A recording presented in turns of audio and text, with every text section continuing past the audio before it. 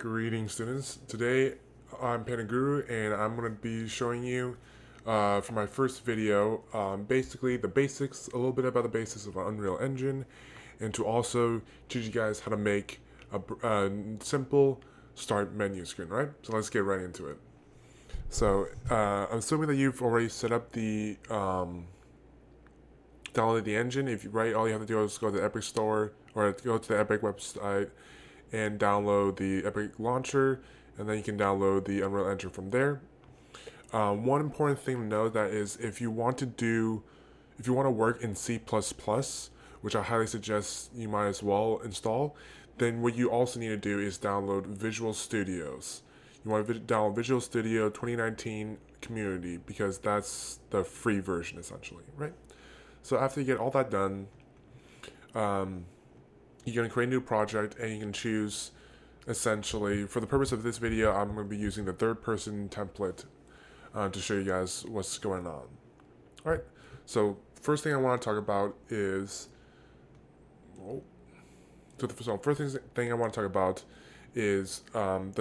technically the basics of the building blocks of Unreal in terms of like what goes into the actual map and what goes into the game. Right, so on the left, right over here, you'll be able to see that there's the basics, lights, cinematic, right? A lot of this stuff you can already access in the bottom, but this is just like a nice way of like seeing it firsthand, right? So there's the actors, characters, pawns, right? A lot of the things that you may put into your game will be of these three. So it's a lot of text. It basically just tells you what's making up of it. So an actor is essentially that a good habit is an actor is something that you can just place in the map that you don't want them to be like an actual player or a character that you can like interact with and control, right? So if you wanted to make like a rock, you would make that you would start off with an empty actor and you would probably apply mesh and so forth, right? But a rock is an actor. Now a player is a character, an enemy is a character, stuff like that, right? You can, if you highlight over it, it will tell you essentially what each thing is. All right, so that's just a quick rundown of at least what you kind of expect to like drag and drop into this game, or into this engine, sorry. So I'm going to turn this face cam back on. Alright, so the next thing I want to talk about is actually about transforms, right? That's very important in Unreal and in really any game engine because it dictates where you are in space and how the object is structured in terms of like its body, in a sense. So like take for example my third person character here, right? So on the right you can see that there's the location. A transform is made up of three parts: location, rotation, and scale. Each of them has three axes, the X, Y, and Z axis. Y axis dedicated by the green, or represented by green. X axis by the red, and blue by the Z. In different engines, depending on what you work with, some of these axes may be flipped. Sometimes the Y axis might be pointing up, and the Z axis might be pointing left and right. It kind of just depends. Unity is a little bit different. I know they swap around their axes. All right. So any object that you put in the game will have a location. So if I were to move this, say, 600 in the Y, then he's 600 in the Y. Same thing if I were to change the X, right? And you can also like click and drag if you want to get like a gradual change. Or if you just want to know the exact values and number, you just type that in, right? Rotation deals with, what's actually really cool, and this is like a little bonus tip. If you press W, E, or R, you actually toggle, when you have an object selected, you will toggle between the different modes of transform, whether you're doing locational change, rotational change, or scale. Right. So if I hit E, right, again that's E, you can change the rotation. You can make them do all weird things like that. Right. And remember, Control Z, you can just redo and it'll go back to where it was. If you made a mistake, just press Control Z and press a couple times and it'll just go back. Then there's also scaling. Oh, it doesn't really like that. Alright, yeah, so you can also scale. Now that we have transforms, right? So every object that you place in the game, an actor, right, a character, pawn, everything has their own individual transform that you want to pay attention to, and you deal with them as you see fit, right? If you want them to change over time, if you want them to if you want a character to teleport, you can just change their you can get their forward vector and add like a 100 in that direction, right? And then you'll just start teleporting. Now, the other thing I want to talk about is essentially the starter content. So if you're new to Unreal Engine, and especially with prototyping, you don't have to start with nothing. Unity, from what I remember, it's been a while. Unity doesn't really have a lot of nice assets that you can just sort of just drag and drop and put in right away, right? It's more bare bones. But in this, they provide you with. So this itself, when you start a new project, it'll tell you it'll ask you what template. If you want a blank project, if you want a vehicle project where you just have a car to start with, if you want third person, right? So this is the third person one. What you do is if you go into the bottom left, you can click add new. Oh, sorry. And then you can hit add new content or feature here. Right there, right? Click on that. And there's a bunch of stuff that you can add, right? Different templates. Feel free to look at that at your own pace. What you can also do is you can add something called the starter content. So a starter content is really useful because it includes, if you can read it, it reads it here. It just adds you a bunch of stuff that you can just kind of drag and drop and play. Especially if you're not a particular artist, you can already get water textures, you can already get grass textures, stuff like that, right? So the purpose of this video, because I'll be using this this project I've been doing for a while, go ahead and just add that in. All right. So starter content is really nice, and I'll show you what some of the stuff is. So as I said, it has a bunch of materials. So if I want to, you can drag and drop different materials as you see fit. Right? And you can just play around with a bunch of stuff. You can have particles. You can have explosions like that. Stuff like that. Now, I'm going to Control Z. Okay. So now we have that over with. I want to spend the next couple minutes, 3 minutes, 4 minutes, however long it takes me, to kind of just get you guys running, get your toes a little bit wet with the engine, and have you guys create a start menu, which is very simple. So what I want you guys to do, follow along with me, okay, is to go to anywhere in your contents folder. It doesn't really matter for the purpose of this video. Right click on here, right, and you want to add a user interface, and we're going to call it main menu _ BP. Okay. And then what we're also going to do to test our main menu to see if we actually have it working, we're going to right click again and create a new level, and we'll just call this one main menu as well. You're going to name it _map if you wanted to, or level. So you want to save everything, and you want to open up by double clicking on the map. All right. So every map that you create initially will be completely empty. It's up to you to put the cameras, to put the level and all that stuff in. But for the purpose of this, we don't need a camera.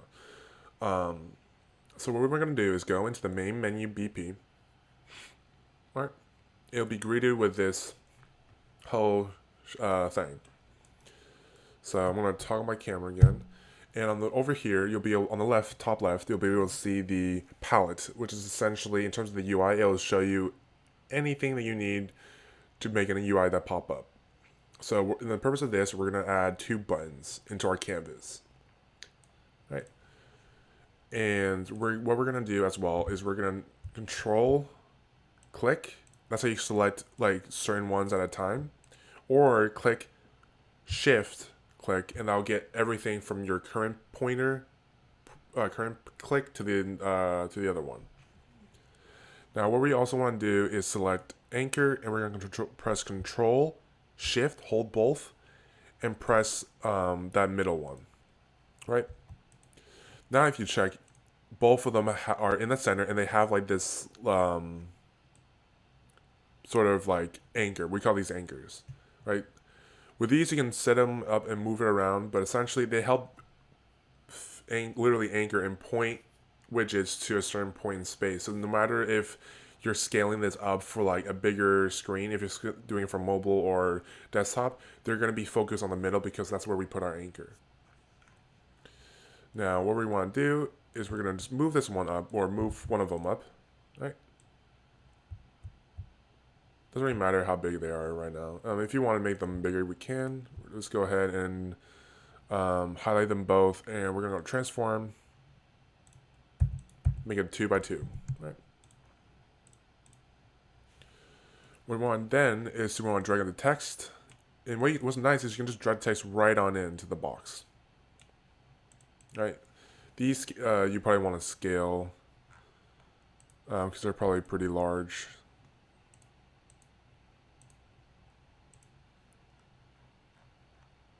Oh yeah, so these got scaled by an actual amount. So what's a good part is just actually just clicking and dragging like that. And we'll do the same thing with this one. Click and drag. There you go, something like that, right? We're gonna name this, and by naming I mean we're gonna change the text. We'll make this one quit. We'll make this one start. Now, what I also want you guys to do, right, is to also click on one of the buttons, the start button. We're going to name it start button. And you'll know why, because, well, essentially we need to know what button we're referencing when we do our blueprint scripting. In UI, most of the time I like to do blueprint scripting unless I'm doing heavy logic and or like constant runtime stuff. Essentially, then I'll want to use C++. But for like simple menus and stuff, blueprints is just fine. Right. So if you're at this point in the video, take a break if you need to. If this is too much, just go back and just do it slowly over time. Right. But if you're at this point, great. We're almost at the end of the video. So what you want to do is you want to go to graph. And actually, one important thing to note is that if you want something to show up as a variable, something that you can actually interact, not something to interact, but like change, the element has to be is variable checked, right? So for this, the quit button and the start button are actually has their is variable button checked, which is why if you go to the graph on the left here, you'll be able to see my quit button and my start button. All right. So we're going to click on it and say on event click for the start button, we're going to open level. There are many ways to like actually load a level. Open level is just like the simplest of ways.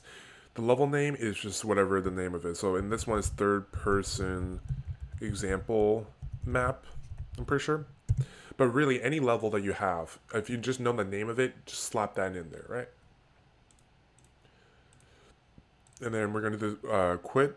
You can just actually just, if you just type in QYT, quit game is the same thing. In other apps, and I think in Unity is application.quit, but in this is just, it has like their own like quit, right? So that's pretty much it for that one. So now you just press, yeah, if you press play, nothing happens. That's because we haven't. So while we have the blueprint, we haven't actually said when we want that blueprint to be added to the player's screen. So a good thing that I like to do for main menus, at least for adding the blueprints, is actually go to blueprint on the top, click open level blueprint. Here I like to do so level blueprints are always ran at the start, like right when you open up the level. If there's anything in the level blueprint, that's what goes. So we're gonna create a widget. We just right click and type in create widget. We drag this node here and we select the main menu blueprint. Now, owning players, like which player is the one that is going to have access to this blueprint. If you're doing like a multiplayer game, like let's say you're doing like a 2-player game, owning player, whoever owns that created blueprint will have access to it. So in this case, it's a single player. Essentially, we will only have one, but you still want to get your player controller. Drag that there, and then we drag this off and click Add to Viewport. And as you can read here, it says add it to the game's viewport, fills the entire screen unless set desired size and viewport is called blah blah blah blah. So now, click, and we'll be able to load. Now, one thing that it may not be apparent right away is if you actually click on the screen anywhere, but you don't actually click on the physical button, then you'll be like, oh wait, where's my mouse? Why can't I click on anything? And that's because by default, Unreal sets your cursor to not show. So what you gotta do, and what I like to do is in the little blueprint as well, I like to do drag it off from get player controller and set show mouse cursor. So that's true. Now, no matter where we are, no matter where we click, there's always going to be our button. So if you're doing this in editor, application.quit or quit game will just end that scenario and you'll just be back in the engine. So, but we know that works, right? So now if you click your start button, you'll be go right back to any level and you can just move around from there. Right? So this video's already gone on long enough, which I do apologize, but I want this to be more than just like one simple UI. I want to really give you guys a better sense of like what is involved in this engine, right? From like the actor character pawns to transforms, to like the stuff that you can just add in with starter content and other templates. You guys can play around with a lot of this, and I hope you guys enjoyed. If you did, give this video a like, subscribe for more content, as I will hopefully be posting more tutorial videos. And yeah, thank you guys so much for watching. Stay safe. Take care.